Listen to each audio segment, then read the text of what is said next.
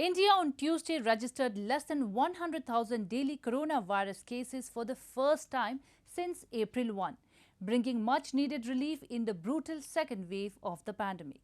Meanwhile, as several states have eased restrictions, authorities have ramped up efforts to vaccinate the masses, especially in rural areas, as vaccine supply is expected to increase by later this month.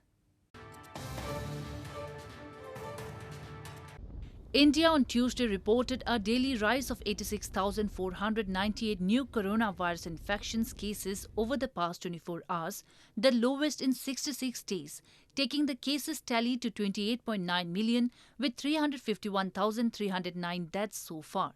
Meanwhile, as several states have eased coronavirus restrictions, authorities have ramped up efforts for a mass vaccination campaign, especially in rural areas.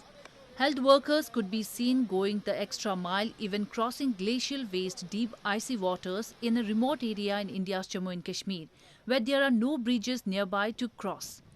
Sometimes villagers provide mules to the health workers who visit to do their part in the mega inoculation drive of the country.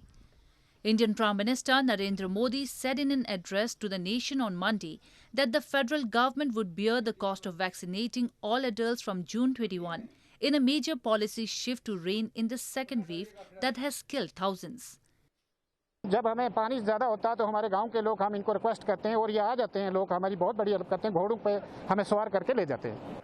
In other rural areas of the country, the hurdles are of different types, as people complain of not enough slots being available, and doctors say that vaccine hesitancy is also rampant, with rumors outpacing the inoculation drive.